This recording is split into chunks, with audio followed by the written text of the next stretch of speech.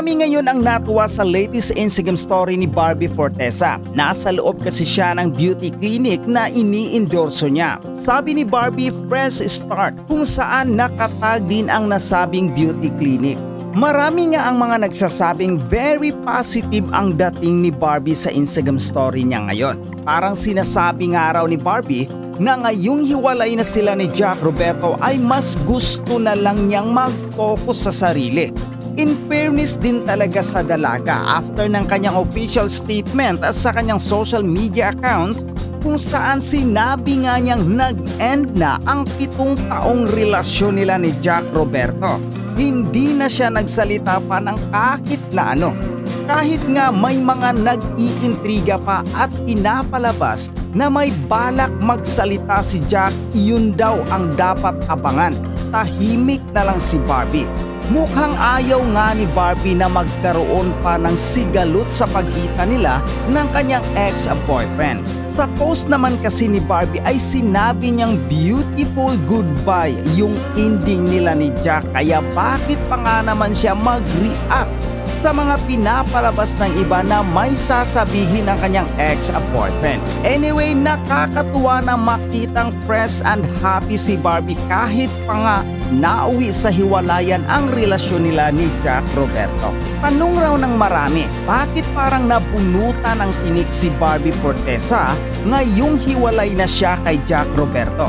Base nga kasi sa mga post niya sa social media, parang lumalabas na ang saya-saya niya na puro ngiti ang makikita sa kanyang mukha. Although syempre marami sa mga tao, lalo na ang mga artista, na mas pinipiling i-post sa social media ang magaganda kesa masasakit na pinagdadaanan nila. Sa kaso ni Barbie, puro pag-aalaga at pagmamahal sa sarili ang makikita mo ngayon. May post siya tungkol sa pagpapaganda ng kanyang mga kuko at ang latest nga ay post naman tungkol sa pag-aalaga sa kanyang kagandahan.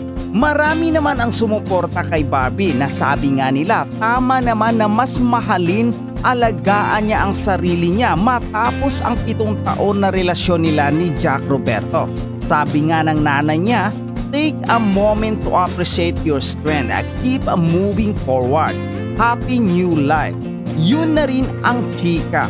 Happy New Life. Ako nakalulungkot itong kwentong ito. Ay, ako ito rin. Grabe. Ang mga Barda fans ngayon, ang mga supporters, nina Barbie Fortesa At David Licauco.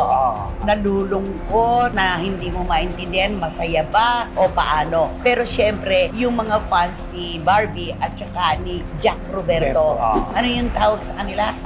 Barda? Hindi, Barda kay ano? Kay David yun eh. Barjack. Barjack. Ano hindi? Jack Bar. Jack B. Di ba? Jack. Akala ko tapos na itong mga ganitong kwento, di ba? Hindi 7 taon silang naging magkarelasyon. Na gustong-gusto natin dahil ito'y isang tambalan sa tunay na buhay na hindi talaga natin kinakitaan ng kaartehan. Tahimik lang sila. Basta alam lang nila yung nagmamahalan sila na wala silang ipinakikita sa mundo na kung ano-ano. Yes. Diba? Pero hindi sila nakalusot. Hindi nila napaglabanan yung tinatawag na 7-year itch. Diba? Yun eh. Pag nalampasan mo daw yan, yung 7-year itch, parang nakaano ka na eh. Nakalusot ka na. Yung mga pagsubok ng pag-ibig. Nalampasan nyo na, di ba? Ikaw ano sa palagay mo, ang totoong dahilan kung bakit sila naghiwalay sa kabila ng 7 taong pinagsaluhan? Kasi nung una pa yan, di ba, magmula nung lumabas yung Barda, parang siyempre ikaw ang lalaki, maiisip mo na parang, ay, tapos yung partner mo pa, taliwas sa gwapo, matalino, alam mo yun. Gwapo rin naman si Jack Roberto. Gwapo rin, pero iba rin yung appeal nito kasi si David Licauco na talagang pinapantasya ng lahat. Nung una, di ba, sabi, supportive pa si Jack. Pero nung naglalaon na lumalabas na yun, ay, parang nai-insecure na. Meron na. Parang may selos factor May selos na. Ako naman natatanaw ko dito na isa sa mga dahilan. Bagaman hindi ito yung siguro pinaka, yung oras. Ayan. Mula nung si Barbie ay ginawa ang Pulang Araw bilang si, ano pangalan niya doon? Naku, Naku, hindi mo na naman alam. Adelina. Si Adelina. Si Teresita. Si Teresita. Si Rosie naman. Si Oo. Diba? Rosie si David. Teresita si Sanya. Sanya. Nakapatid ni Jack Roberto. Roberto. Mula nung gawin niya yon, syempre, matindi kasi ang taping shooting Ay, nito. oo. Una sa malayong lugar. Pangalawa, madalas silang magkasama. Yun talaga. Yun talaga ang Alam mo, pinakamahirap. yan ang mga tukso ng artista. Huwag na tayo lumayo, ang dami-daming artista Oo. na nang dahil sa laging magkasama sa trabaho, nakakalimutan na meron silang mga karelasyon na umaasa. Yun. No? Tsaka yung pag-aarte nila, nauuwi na sa totohanan kasi nadadala sila ng emosyon. Hindi, at saka yung pagiging malapit sa isa't isa ng madalas, nakakapag-develop yan ng emosyon. At saka lalo na yung lalaki masyadong maalalay sa kanya. diba? Marespeto sa Marespeto babae. sa babae. Siyempre, alam mo na yung babae, di ba, may sinasabi na marupok ang mga puso ng babae, di ba? Madali silang ma-inlove. At saka hindi Mas lang yun. marupok ang puso ng lalaki. Ay, Oo, di ba? Marupok, mapusok. Yun yun. Hindi, at saka eto, magpakaseryoso tayo. Nakikita ko ba na si Barbie kasi ay isang agresibong aktres na maraming gustong marating. Narating na niya yung kanyang pangarap, pero meron pa rin kulang para sa kanyang sukatan. correct. Natural, di ba? Marami siyang dreams, gano'n. At saka dito, magmula nagbarda, sila nagtagpo, uminit lalo ang kanyang pangalan. Aminin natin yun. Kaya di ba, ikaw bilang artista, eto na yung pinapangarap mo magningning, marinig ng lahat, bukang bibig ng lahat na, ay, ang ganda naman ng tambalan. Kaya parang, ay, eto na. At saka siyempre, kakagapin niya na yun. Oo. Di ba, nandun na yun, alam mo, papabayaan niya pa yung career niya. Ito, may doon. nagkwentong source sa akin. Gaano kaya ito katotoo? Ay. Hindi ba si Teresita at saka si Adelina magkapatid doon sa Pulang Araw? Siyempre, lagi silang magkaisena. Nagkahiwalay na lang nung dumagundong na ang gera. Dahil kanikan niyang ano na sila. Dahil itong si Teresita ay itinago na ni Dennis Trillo. Dennis Trillo. Gaano katotoo na inaalam nitong si Jack Roberto sa kanyang kapatid kung sweet ba sa set sina Barbie at David? Oo. Totoo ba na lagi silang magkatabi? O meron bang napapansin si Teresita o si Sanya nakakaiba tungkol dito sa dalawa? Maaari, pwede yun. Pwede yun kasi magkapatid naman sila. At saka alam din naman ni Sanya na matagal na silang magkarelasyon. At saka siguro tinatanong ni Sanya si Jack Roberto, talaga bang ano kayo? Kasi parang nakakita ko doon, very sweet si David. Ay palagay ko hindi naman gagawa si Oo. Sanya ng Ay, salita. siyempre, Oo. hanggat maaari, ayaw niya mag-isip yung kapatid niya. Oo. Lalo na walang... Pero mas naniniwala ako doon sa inaalam ni Pwede Jack ba? Roberto mula kay Sanya kung totoo ba nakakaiba na ang kinikilos ng Barta. Yung galawan sa Oo. taping.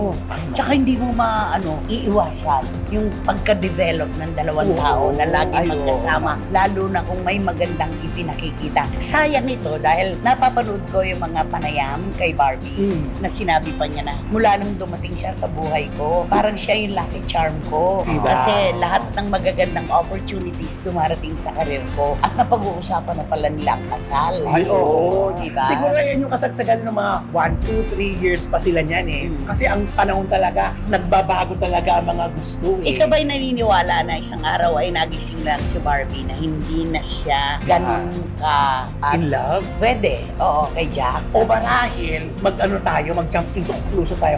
Usually, na iba ang mga babae na pag napo-fall out of love yan sa lalaki, may ginagawang red flag ang lalaki. Totoo yun. Di ba? Kasi kung walang red flag, bakit magkakagano Oo, ng meron babae? yan May dahilan May yan. dahilan yan. Tapos siguro, nagpatong-patong bumingo. Ika nga. Pero napakaganda ng pag-iwalay, Ako, nung manood siya ng Taylor Swift sa Amerika, sinabi ko yata sa'yo, di ba? Oo, sinabi mo sa Sabi akin ko, yan, pag wala. bakit kaya hindi kasama si Jack Roberto sa Amerika? Ito yung panahon na pwede silang magkasama ng masaya dahil nag-goodbye muna sa Pulang Araw si Barbie. parang break. Hindi time niya yun, hindi kasama doon sa Taylor Swift concert. Sabi ko, merong something. Siguro Nahulaan mo na yun na mayroon talaga. Naisip ko lang, sinabi ko kay Romel, ba't kaya ganon? Yun ang naisip ko. Siguro meron ng May nararamdaman na, o may nahuli na or something. Basta may natuklasan. Eto si Mrs. Ami Fortesa, ang dakilang ina po ni Barbie. Babasahin ko po itong sinabi niya. No one knows how much you went through this year, but you stayed strong and didn't quit. Ganon. Pero yung N''T, parang inano niya yun in-emphasize niya. May emphasis yun I'm so proud of you, sabi ni Mami Ami sa kanyang anak, si Barbie. Ano kaya ang ibig sabihin nito? Yung you didn't quit. Ibig sabihin, si Jack Roberto ang nag-quit? Yeah, oh. At saka parang nang lumalabas na parang may pagtitiis na nangyayari kay Barbie. Kasi ang sabi niya, hindi nila alam kung gaano katindi ang pinagdaanan mo ngayong taong ito. Pero nandyan ka pa rin, nagpakatatag ka pa rin at hindi ka kumalas, hindi ka bumitiw. I'm so proud of you. So, ibig sabihin, si Jack Roberto ang bumitiw. Diba? Parang ganun ang interpretasyon ko. Bumitiw kasi napag-isip-isip niya na parang, alam mo yun, nilalamon na siya ng selos. At insecurity. Diba?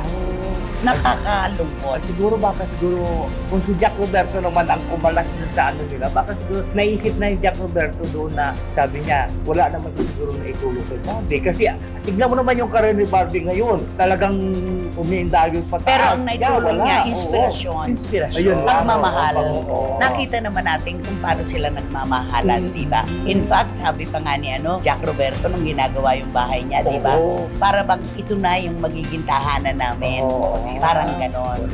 Pero alam mo, yung mga pangarap kasi ng isang magkarelasyon, nagtatalo din yan eh. Kung ang babae, maraming gusto pang mangyari, maganap sa kanyang buhay at karera, natural, mababawasan ang panahon para dito sa karelasyon. Oo, tapos itong si lalaki tumigil na sa pang pangangarap, samantalang yung babae. Tuloy-tuloy. Agresibo pa rin. Oo. Diba?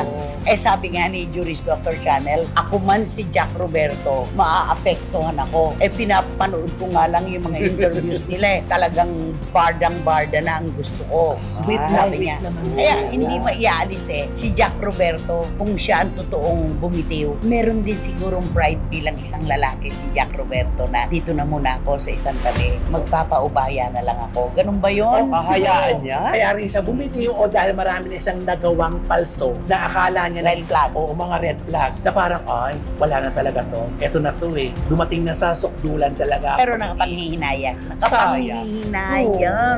Nakapanghihinayang na relasyon na umabot ng 7 taon. Huwag na tayong lumayo pa. Eh di ba si Jam Villanueva at saka si Anthony Ay, Jennings? oo. Magkasama. At saka si Maris Racal. Oo. Oh, nagkakasama palagi sa shooting at taping, sa trabaho. Anong nangyari? Na-develop. Parang ganun din ito, di ba? Nagkahulugan din. Supportive si Jack din, si Jam din supportive. Nung una, ganun din, Tapos oo. hanggang wala na, naiwanan na sila. Oo, nakakalungkot. Sana magkaroon pa ng magkakataon na magkabalikan sila. Pero sabi naman ni Barbie, di ba? Beautiful goodbye.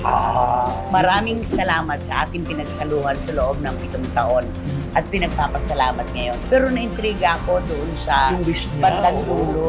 Sana makakita ka ng isang tao na deserve mo. Ibig sabihin, hindi pa rin siya deserve ni Jack. Kaya nga may mag-iisip ka talaga dito sa mga post ni Barbie. Kasi wala naman sinabi si Barbie na reason Correct. kung bakit sila nagkahiwalay. Si Jack naman hindi pa rin nagsasalita Oo. habang nag-uusap tayo ngayon. So, ang lahat ay tandang pananong. At lahat may kanya-kanyang kwento na naman ito. Hindi Oo. pa ito Lalabas dito. yan. Hindi pa tapos to. Nagsisimula pa lang. Oo. Nagsisimula pa lang. Pero palagay ko mga 2 months back, 3 months back, meron na ito. Meron na silang hindi pagkakaunawaan na na-trigger na lang ngayong Enero nang ilabas ni Barbie talaga yung kanyang sinabi na tapos na ang kanilang relasyon.